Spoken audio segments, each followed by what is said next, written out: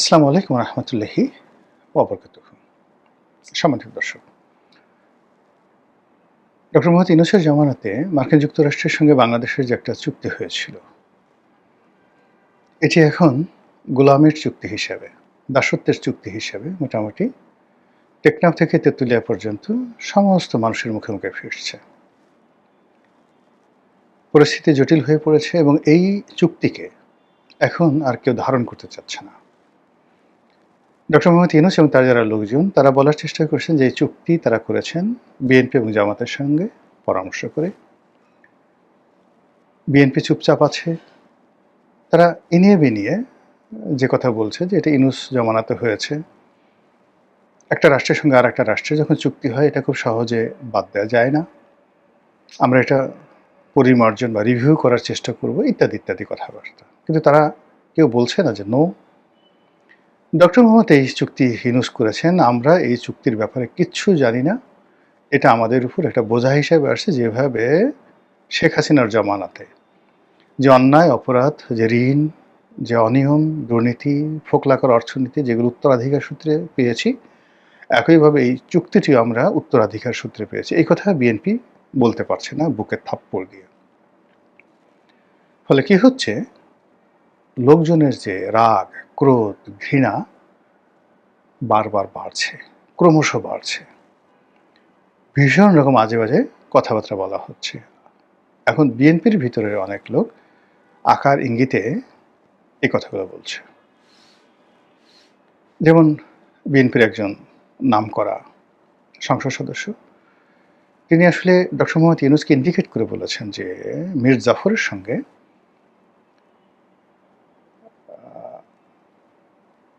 Robert ক্লাইভের যে যুদ্ধ হয়েছিল, বেইমানের চুক্তি হয়েছিল, দেশ বিক্রির চুক্তি হয়েছিল, ন্যাশনাল ট্রেজারি বিক্রির চুক্তি হয়েছিল, এদেশের জনগণকে ২০০ বছরের গোলামিতে সেই যে আবদ্ধ করার, শৃঙ্খলিত করার যে চুক্তি স্বাক্ষরিত হয়েছিল, এই চুক্তিটি আমেরিকার সঙ্গে বাংলাদেশের যে চুক্তিটি ঠিক এইরকম। এখন তিনি প্রকাশ্যে আসলে ডক্টর মোহাম্মদ ইউনূসকে দায়ী করেছেন, কিন্তু মানুষ তো জানে যে doctor Mohammad Yunus at the last stage he was just a puppet. তিনি যা কিছু করেছেন বিএনপির কথায়, জামাতের কথায়, আমেরিকার কথায় করেছেন। আলটিমেটলি এইভাবে আলোচনা হচ্ছে। এর প্রেক্ষিতে যেটা হয়, জামাত এর দায় এড়াতে চাচ্ছে। যখন এই চুক্তির বিষয়টি নিয়ে খুব আলোচনা হচ্ছিল, তখন পররাষ্ট্রমন্ত্রী যখন ডক্টর খলিলুর রহমান, তিনি ডক্টরেটকে জানি না, খলিলুর রহমান, জনাব খলিলুর রহমান, তিনি যখন বললেন যে এই চুক্তি যখন হয়েছে তখন দেশের প্রধানতম রাজনৈতিক দলগুলোর সঙ্গে পরামর্শ করে করা হয়েছে। যারা নিন্দুক তারা বলেছেন যে যখন এই চুক্তি হয়েছে, যে হোটেলে হয়েছে, সেখানে অমুক অমুক বসা ছিল, অমুক অমুক বসা ছিল, তাদের সামনে চুক্তি হয়েছে। আল্লাহ মাফ করুক, জামাতের আমির বয়স্ক মানুষ, তো এমনি রোগশোক আছে শরীরে। তিনি বলছেন যে, প্রথমে বলছেন যে এই চুক্তি সম্পর্কে আমরা কিছুই জানি না। এখন লোকজন বলার চেষ্টা করছে কে বলেছে সত্য, জামাতের আমির সত্য নাকি ডক্টর খলিলুর রহমান। এটা আসলে জামাতের আমিরের জন্য ভীষণ রকম একটা অপমান। তিনি সত্য বলেছেন না মিথ্যা বলেছেন, এটা নিয়ে যখন খলিলুর রহমান সাহেবের সঙ্গে তুলনা করা হয়, অন্য কারোর সঙ্গে তুলনা করা, ইট মিনস তিনি যে সত্য বলেন না বা তিনি যে মিথ্যা বলতে পারেন, এই ব্যাপারে মানুষের বিশ্বাসটা 50-50। এই অবস্থা যখন চলছে, তিনি অনেকদিন চুপচাপ থাকলেন। তারপরে আবার যে গত কয়েকদিন আগে তিনি বললেন যে আমেরিকার সঙ্গে যে চুক্তি হয়েছে সেই চুক্তি সম্পর্কে জামাত কিছুই জানে না। এখন এখানে যে সমস্যাগুলো দেখা দেবে আগামীতে এই চুক্তি নিয়ে, প্রথম সমস্যা দেখা দেবে যে এই চুক্তির কারণে আমাদের যে জনগণের রোষ, এটা বাড়তে থাকবে। এই চুক্তিতে কি হলো, লাভ হলো, কতটা লস হলো, ডাজ নট ম্যাটার। প্রথম হলো এটা একটা গোলামের চুক্তি, আমেরিকার সাথে হয়েছে, বিএনপি করেছে, জামাত করেছে, ইউনূস করেছে, সব খারাপ। এই হলো আমাদের দেশের একটা নর্মাল, যাকে বলা হয় মানুষের অস্থিরতা, এবং মানুষ এরকমই। এখানে মানুষ হজরত ঘোড়া শাহের মাজার জিয়ারত করে, এটা নিয়ে দেলোয়ার হোসেন সাইদের একটা বিখ্যাত গল্প আছে। যা হোক, তো ঘোড়াও নাই, শাও নেই, সে ঘোড়া শাহ সে ঘোড়াসার মাজার তারা জিয়ারত করে। এখানে ন্যাংটা পীরের মাজারকে নিয়ে মার্ডার হয়ে যায়, খুনাখুনি হয়ে যায়, পীর ন্যাংটা পীর এরকম। তো যাই হোক, এই বাংলাদেশে মানে যে কোনো সত্যর চাইতে, সত্য কথার চাইতে গুজব বেশি শক্তিশালী। এখানে বাস্তবতার চাইতে কল্পনা বেশি কাজ করে। এদেশের আপনি কাউকে কোনো কিছু দিলেন, প্র্যাকটিক্যালি এক প্লেট খাবার দিলেন, ওটা তাকে যতটা না খুশি করবে তার সে যদি তাকে একটা ফু দেন, হাতে একটা তাবিজ পরাই দেন, তারপরে হাত তুলে দোয়া করেন তুমি জান্নাতে যাবা, সেই লোক সে আপনার জন্য তার একটা কিডনি দিয়ে দিতে পারবে, অথচ সে কিন্তু 2 দিনে না খাওয়া, তার জন্য খাবার দরকার। কিন্তু যখন আপনি এরকম একটা অভুক্ত মানুষকে আপনি ধরে এনে একটা ফু দিলেন, জড়িয়ে ধরলেন, হাতে একটা তাবিজ পরাই দিলেন নিজের হাতে, তারপরে জোরে জোরে বলেন যে আল্লাহ তাকে তুমি বেহেশতে দান করো, বেহেশতে তাকে 70টা হুর দিও আর বড় একটা মাকাম দিও, তালুক দিও, সেই লোক আপনাকে মুর্শিদ মানবে, পীর মানবে এবং দরকার হলে চুরি করবে, ডাকাতি করে এনেও আপনার বাইতুল মালে টাকা জমা দেবে। এই হলো আমাদের দেশের মানুষের ইলিউশন। তো সেই ইলিউশনের যে জায়গাটি, কল্পনার যে জায়গাটি, সেটিতে এখন মার্কিন যুক্তরাষ্ট্রের সাথে একটা গোলামি চুক্তি হয়েছে। এটা নিয়ে চায়ের দোকান থেকে শুরু করে সব মানুষ, মানে যে সকল কথাবার্তা, এখন থেকে সরাসরি শুয়ারের মাংস আসবে, সবাইকে খাবারের মধ্যে শুয়ারের মাংস ঢুকে পড়বে, এইরকম গুজব একটার পর একটা গুজব চায়ের দোকানে ছড়িয়ে পড়ছে। বলবো যে এই আমেরিকা এত খারাপ, সে তোমার এই চায়ের মধ্যে ঢুকাই দিচ্ছে, চিনির মধ্যে ঢুকাই দিচ্ছে, দুধের মধ্যে এই হারাম জিনিস ঢুকিয়ে দিচ্ছে, এবং এটার কারণে আপনি একটা যুদ্ধ হয়েছে আমাদের দেশে, সিপাহী বিদ্রোহ 1857 সনে। কি ইংল্যান্ড একটা নতুন যাকে বলে রাইফেল আবিষ্কার করেছে।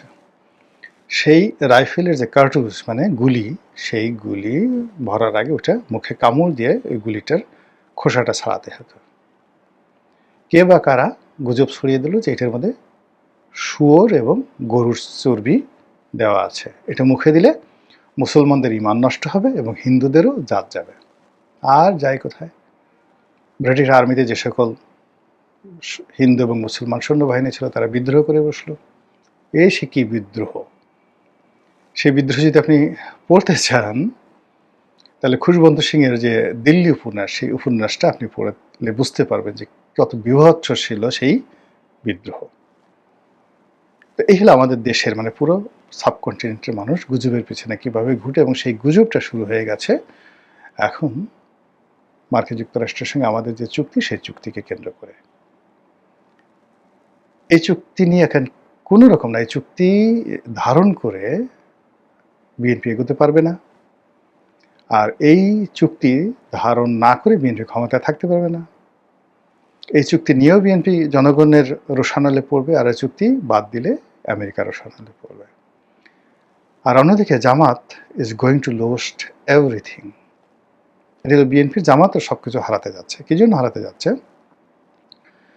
জামাত যদি সত্যিকার অর্থে এই চুক্তি সম্পর্কে কোনো কিছু না জানে, তাহলে এই যে এখন সে যে দায় নিচ্ছে না বা চুক্তির ব্যাপারে অ্যাভয়েড করছে, এটা আমেরিকা রোষানলে তারা পড়বে, এবং তাদের এই যে কানেক্টিভিটি অ্যান্ড চ্যানেল যা কিছু আছে আমেরিকার সঙ্গে, সব কিছু বন্ধ হয়ে যাবে। এটা গেল এক। 2 নম্বর হলো যে যদি এই চুক্তির সঙ্গে জামাতের সম্পৃক্ততা থাকে, তাহলে এই যে তাদের এই আনপ্রেডিক্টেবল কথাবার্তার জন্য যদি খলিলুর রহমান সাহেব মুখ খোলেন, সেটা এক ধরনের বিপদ ডেকে নিয়ে আসবে। যদি বিএনপি মুখ খুলে আর এক ধরনের বিপদ ডেকে নিয়ে আসবে। যদি আমেরিকা যে কাজটা করে, সিআইএ এবং পেন্টাগন, তারা সময় মতো ডকুমেন্টগুলো ফাঁস করে দেয়, সেই যে দেখেন উইকিলিজ বলেন বা অন্য যে সকল ফুটেজ বলেন, সাম্প্রতিক সময় আপনি দেখেন কাতার না, সাম্প্রতিক সময় যেটা এলো সংযুক্ত আরব আমিরাত, দুবাই এবং সৌদি আরব একটু এদিক ওদিক করছে ইরানের এই বিষয়গুলো নিয়ে। এই জন্য এই দুটো রাষ্ট্রকে পুরো রীতিমতো ব্যর্থ রাষ্ট্র প্রমাণ করার জন্য আমেরিকা তাদের যে ডকুমেন্ট, সেগুলো তারা প্রমাণপত্রগুলো তারা ছেড়ে দিয়েছে ইন্টারনেটে।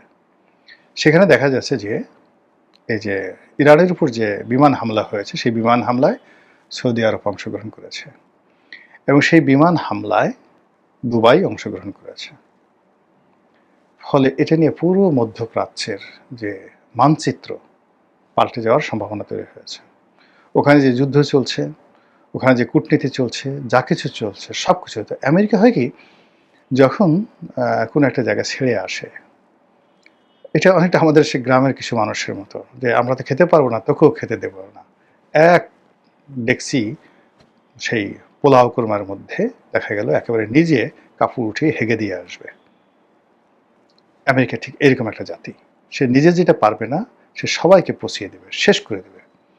সেই ঘটনা তারা কম্বোডিয়াতে করেছে, সেই ঘটনা তারা ভিয়েতনামে করেছে, সেই ঘটনা তারা মায়ানমারে করেছে, সেই ঘটনা বাংলাদেশের মুক্তিযুদ্ধ তারা করেছে। It's a country. তো এই কান্ট্রির খপ্পরে যদি জামাত বিএনপি পড়ে থাকে, তারা এই চুক্তির ব্যাপারে আজীবন, মানে দেশ জাতিকে শৃঙ্খলিত করা তো পরের ব্যাপার, বিএনপি এবং জামাতকে আগে নিজের হাতে নিজেরা হ্যান্ডকাপ পরিয়ে, পায়ে ডান্ডা বেড়ি পরিয়ে, তারপর আমেরিকার রাষ্ট্রদূতের কাছে গিয়ে আত্মসমর্পণ করতে হবে। হুজুর, আমাকে মাফ করে দিন, এ সব আপনার, আপনি যাহা বলিবেন তাহাই হইবে। একই ঘটনা ইরাকে ঘটেছিল, একই ঘটনা লিবিয়াতে ঘটেছিল, একই ঘটনা সিরিয়াতে ঘটেছিল। তো কাজে এই ইতিহাসগুলো আমাদের এখানে আবার সামনে চলে আসছে। এবং এই যে 18 কোটি মানুষের দেশ, এই দেশের মধ্যে এই যে একটা চুক্তি নিয়ে যে বিভ্রান্তি তৈরি হয়েছে, যে দেশে মনে করেন যে জিন তাহানোর জন্য সেই বিরাট মজমা বসে, যে দেশে গোকরা সাপের খেলা দেখার জন্য হাজার হাজার মানুষ দাঁড়িয়ে থাকে, যে দেশের মানুষ হাটবাজার গ্রামে যাবেন, বড় বাজার বসছে, আপনি কিছুক্ষণ আগে যে জায়গায় প্রস্রাব করে গেলেন, ঠিক এরকম 10 জন লোক আপনি দাঁড়াই দাঁড়াই প্রস্রাব করতেছেন, আপনাকে দেখে পাশে আরো 10 জন লোক তার হঠাৎ করে প্রস্রাব চেপে বসবে এবং সে ওখানে আপনার পাশে লাইন দিয়ে একসাথে দাঁড়িয়ে দাঁড়িয়ে পেশাব করবে। আমাদের দেশের মানুষ, এই দেশের মানুষের যদি কাশি পায়, একসাথে 100 লোকের কাশি পায়। এই দেশের মানুষের যদি হাসি পায়, 100 লোকের একসাথে হাসি পাবে। এদেশের মানুষের যদি কান্না পায়, লক্ষ লক্ষ মানুষ একসাথে কাঁদবে। মসজিদে গিয়ে আপনি একটু হাসি দিয়ে দেখেন, ঈদের জামাতে গিয়ে দাঁড়ায় থাকেন বা কুক করে একটা শব্দ করে দেখেন, ইমাম সাহেবের ইমাম চলে যাবে, সেটা বায়তুল মোকাররমে হোক কিংবা লালবাগ মসজিদে হোক, ডাজ নট ম্যাটার। আপনি খালি জামাতের মধ্যে একটা কুক শব্দ দেন বা জোরে একটা ভুম করে শব্দ করেন বা একটু মানে যে কোনো একটা ভুল করেন, ধরেন সেজদায় রুকুতে না গিয়ে সেজদায় যান, বুড়া বুড়া মানুষ হাসতে হাসতে অস্থির হয়ে যাবে। কান্না শুরু করেন, আপনি একটা জায়গাতে কান্না শুরু করেন, কেউ আপনাকে চেনে না, দেখবেন 10-12 জন 100 জন আশেপাশের লোক এসে আপনার সাথে কান্না শুরু করেছে। যদি বলেন ধর ধর বলে আপনি দাঁড়িয়ে রইলেন বা নিজে একটা দৌড় দেওয়ার চেষ্টা করলেন, এখন 100 লোক গিয়া সেই ধরার জন্য দৌড় দেওয়া শুরু করলো। এই যে একটা হুজুগ, সেই হুজুগটা শুরু হয়েছে এই আমেরিকার এই চুক্তি নিয়ে। আল্লাহ জানেন এর পরিণতি কোথায় গিয়ে শেষ হয়। আসসালামু আলাইকুম রহমতুল্লাহি ওয়া বারাকাতুহু।